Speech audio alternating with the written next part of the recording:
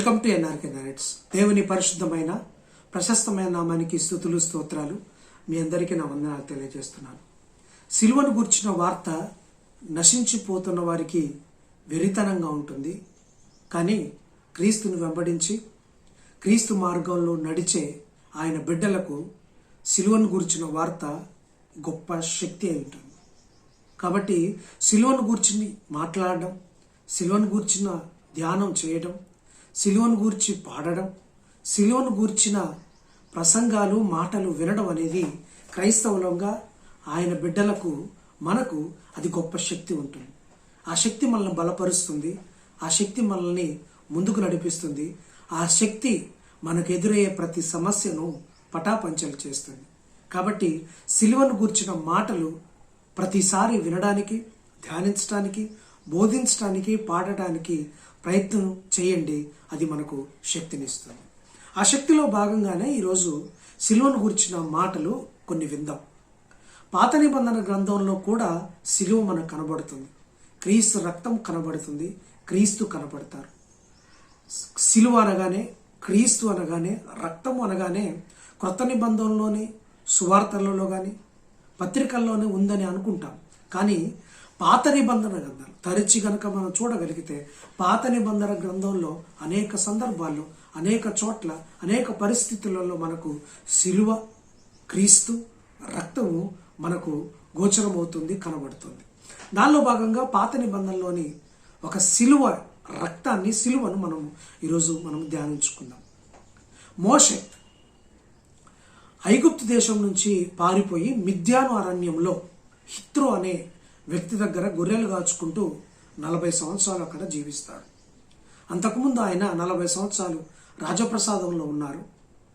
ఫరో తర్వాత ఆ ఐగుప్తు సామ్రాజ్యానికి రాజు కావలసిన వ్యక్తి, అనేక విలువిద్యలు, అనేక తత్వజ్ఞానం నేర్చుకున్న వ్యక్తి సడన్గా ఒక వ్యక్తిని చంపడం ద్వారా అతను మిద్యాను అరణ్యంలోకి ప్రాణభయంతో పారిపోతాడు. అక్కడ గొర్రెలు కాచుకుంటున్న సందర్భంలో అక్కడ ఒక కొండపైన గొర్రెలు కాచుకుంటున్నప్పుడు దేవుడు మోషేను దర్శిస్తాడు.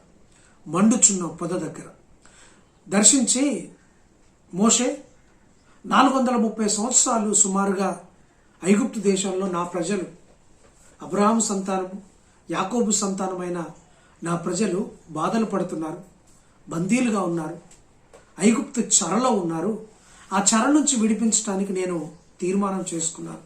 వారిని వారి పితలకు ఇచ్చిన వాగ్దాన దేశమైన కనానుకు తీసుకెళ్ళడానికి నేను నిశ్చయించుకున్నాను. నువ్వు వెళ్ళి ఆ ఫరో బానిస సంఖ్యల నుంచి నా ప్రజలను విడిపించు అని మోషే గారితో దేవుడు మాట్లాడతాడు. దేవుడు మాట్లాడినప్పుడు మోషే గారు కొన్ని ప్రశ్నలు వేస్తారు. ఆ ప్రశ్నలకు దేవుడు జవాబిస్తాడు. సహకారులుగా అహరోన్ను కొంతమందిని ఉంచుకోమని చెప్తాడు. సో అలా నియమించుకున్న తర్వాత మోషే తన హృదయాన్ని గట్టిపరుచుకొని ఐగుప్తు దేశానికి వెళ్తారు. ఐగుప్తు దేశానికి వెళ్ళి ఫరోని అడుగుతారు, నా ప్రజలను పంపించమంటే అతనంతా ఈజీగా పంపడు. ఈజీగా పంపకపోతే ఆ సామ్రాజ్యంలో, ఆ ఐగుప్తు సామ్రాజ్యంలో అనేక రకాలైన తెగుళ్ళు అక్కడ రప్పిస్తాడు మోషే. రప్పించినప్పుడు ఆ తెగులు వచ్చినప్పుడు ఫరో బాధపడుతుంటాడు, పంపిస్తానంటుంటాడు. ఆ తెగులు తీసేయగానే మళ్ళీ చల్లబడిపోతాడు, పంపను అంటాడు. సో ఇలా దాదాపు 9 రకాల తెగుళ్ళు పంపించినప్పటికీ ఫరో మనసు కరగదు పంపించడానికి. సో చివరిగా ఒక 10వ రకమైన తెగుల్ని వారికి అక్కడ రప్పిస్తాడు. దేవుడు ఏం చెప్తాడంటే వాళ్ళకి, ఆ ఇశ్రాయేలు ప్రజలందరూ గొర్రెపిల్లను వధించి దాని రక్తాన్ని ద్వారబంధాలకు, తలుపు కమ్మీలకు, ద్వారబంధాలకు పూసి ఆ మాంసాన్ని మీరు తినండి, తిని రెడీగా ఉండండి, పులియని రొట్టెలు చేసుకొని తిని రెడీగా ఉండండి. ఈ నైట్ సంహార దూత, యెహోవా దూత వచ్చి ఏ ఇంటి గుమ్మానికి, ద్వారబంధానికి ఎర్రని రక్తపు ఆ మరక, ఎర్రని రక్తపు ఆ గుర్తు ఉండదో వారింటికి సంవారదూత జ్వరబడి వారి జ్యేష్ఠ కుమారుని కానీ జ్యేష్ఠ సంతానం, తొలిసూలు సంతానాన్ని చంపివేస్తారని చెప్పినప్పుడు వాళ్ళు ఆ విధంగా చేస్తారు. గొర్రెపిల్లను వధించి ఆ రక్తాన్ని కమ్మీలకు ద్వారబంధాలకు పూసి వారు రెడీగా ఉంటారు. సో అప్పుడు ఆ రాత్రి యెహోవా దూత, సంవార దూత వచ్చి ఏ ద్వార బంధాలకు రక్తం లేదో ఆ ఇంట్లోకి చొరబడి ఆ ఇంటిలోని తొలిసూలు సంతానం, జ్యేష్ఠ సంతానాన్ని చంపివేసినప్పుడు ఐగుప్తు దేశంలో అంతా ఆహాకారాలు వినపడతాయి. ఎక్కడ చూసినా మరణ ఘోష, జంతువులు చచ్చిపోతాయి, పశువులు చచ్చిపోతాయి, మనుషులు చచ్చిపోతారు. ప్రతి ఇంట్లోనూ ఒక ఘోష ఉండిపోతుంది. సో దాన్ని తట్టుకోలేక ఫరో, ఇక మీరు వెళ్ళండి రా బాబు అని చెప్పి వారిని పంపించి వేసి దాదాపు కొన్ని లక్షల మంది ప్రజలను మోషే నాయకత్వంలో ఐగుప్తు చెర నుంచి, ఐగుప్తు బానిసత్వం నుంచి, ఐగుప్తు బంధకాల నుంచి, ఫరో దాష్టికత్వం నుంచి వారందరినీ మోషే వాగ్దాన దేశమైన కనాను దేశానికి నడిపించుటకు వారందరూ బయటకు వెళ్తారు. ఇక్కడ దాదాపు 430 సంవత్సరాలు బానిసత్వంలో బతుకుతూ, బానిస సంఖ్యలతో బ్రతుకుతూ ఆ ఫరో కోరల్లో చిక్కుకొని పోయిన వారిని దేవుడు రక్షిస్తాడు. దేవుడు ఎలా రక్షించాడంటే, ఒక గొర్రెపిల్ల రక్తాన్ని వధించి ఆ రక్తము ద్వారబంధాలకు పూసి సంహార దూత వచ్చినప్పుడు ఆ రక్తము ఎవరి ద్వారబంధాలకైతే ఉందో వారి ఇంట్లో చొరబడలేదు, వారి ఇంటికి రాలేదు. ఇక్కడ జాగ్రత్తగా గమనిస్తే ఆ గొర్రెపిల్ల రక్తం అనేది వారిని హరించకుండా, వారి కుటుంబంలో మరణం అనేది లేకుండా అక్కడ ఆ రోజు చేసింది. అలాగే ఆ గొర్రెపిల్ల రక్తం మరొక కార్యం ఏం చేసిందంటే, అక్కడి నుంచి దాదాపు 430 సంవత్సరాలుగా ఉన్న బానిసత్వంలో నుంచి వారిని విడుదల చేసింది, రిలీజ్ చేసింది. ఒకటి, వారి ఇంట్లో మరణమే లేకుండా చేసింది. 2, విడుదల కలిగించింది. 3వది ఏం చేసిందంటే, ఆ రక్తము ఫరో యొక్క దాస్యాన్ని కట్ చేసి ఆ ఫరోను ఓడించేదిగా చేసింది. అంటే ఫరో ఓడిపోవడం అంటే అర్థం ఏంటంటే, వారిని పంపించారు. అప్పటి వరకు బిర్రు మీద ఉండి, అప్పటి వరకు గట్టిపడి, అప్పటి వరకు నేను పంపను అన్నవాడు ఎప్పుడైతే ఆ రక్తము కార్చబడి వారి ద్వారబంధాలకు ఉందో, అప్పుడు ఆ సంవార దూత వచ్చినప్పుడు, ఆ ఐగుప్తుల ఆహాకారాలు రక్తపు ఏరులే పారుతున్నప్పుడు ఫరో లిటరల్గా ఓడిపోయి వీరిని పంపించేశాడు. ఫరో ఓడిపోయాడు, విడుదలైపోయారు ఇశ్రాయేలు ప్రజలు. అలాగే ఇశ్రాయేలు ప్రజల్లో ఏ ఒక్కరూ చావకుండా బ్రతికారు. అప్పటి నుంచి అక్కడికి వెళ్ళిపోయారు. ఇదే రక్తము యేసు ప్రభువారు లోక పాపములను మోసుకొని పోవచ్చున్న గొర్రెపిల్ల.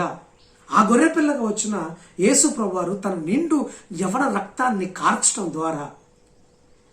ద్వారా అపవాది ఓడిపోయాడు. ఆ రోజు ఫరో ఓడిపోయాడు. ఐగుప్తు దేశంలో నుంచి ఇశ్రాయేల్ దేశాలను పంపించాడు.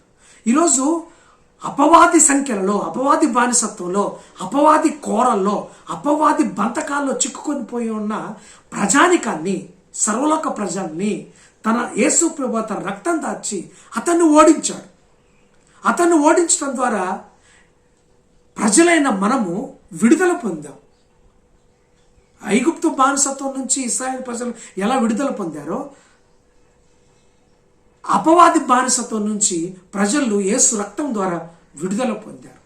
అలాగే ఎవరికి మరణం అనేది లేకుండా యేసు ప్రభువు కలువరి శిలువలో తను మరణం పొంది అక్కడ గొర్రెపిల్ల మరణం పొందటం ద్వారా వారు మరణమే లేకుండా ఐగుప్తు నుంచి ఇశ్రాయేలు దేశానికి వెళ్ళిపోయారు.